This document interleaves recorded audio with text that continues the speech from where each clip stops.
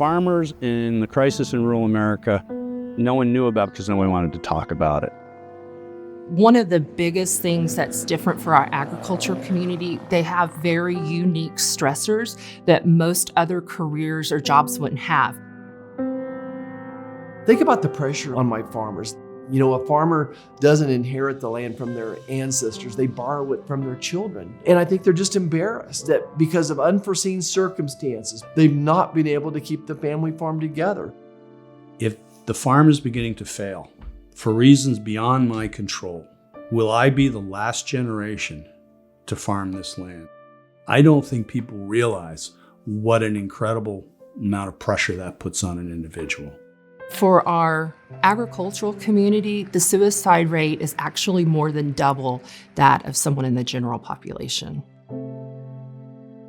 I had a really good friend, and there was some signs that he was unwell. He ended up taking his life, and it was a shock to a lot of us. Everybody thinks that suicide is a split-second decision. I planned my suicide for 6 weeks. I lit an old abandoned house on fire, and that's how I was going to end my life. It was about 10 after 8. My phone was ringing, and I answered it. And he said, "Oh, Amber, I'm so sorry. Chris shot himself." And I said, "I'm on my way over."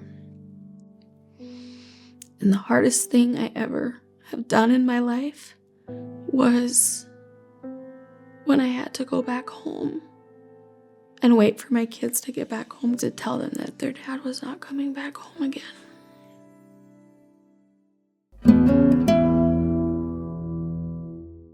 These folks are really dealing with the stress of feeding the world. And when you hear of cases where they just couldn't take it anymore, you realize we've got to be there to help them. I want to see our conversations change. I want to see people be at that point where they can say, I have PTS and I am bipolar and I'm damn proud of it. Why can't we have those conversations? We need to talk about it. We need to bring it out of the shadows. The more we talk about it and the more we acknowledge what's going on, the better off we're all going to be. I can't stress it enough to tell you that you are loved by so many, and no matter what is going on that's causing you to be in that dark place, that there is hope.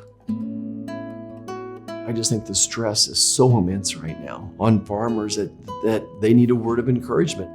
It's just gone unrecognized, untreated for too long.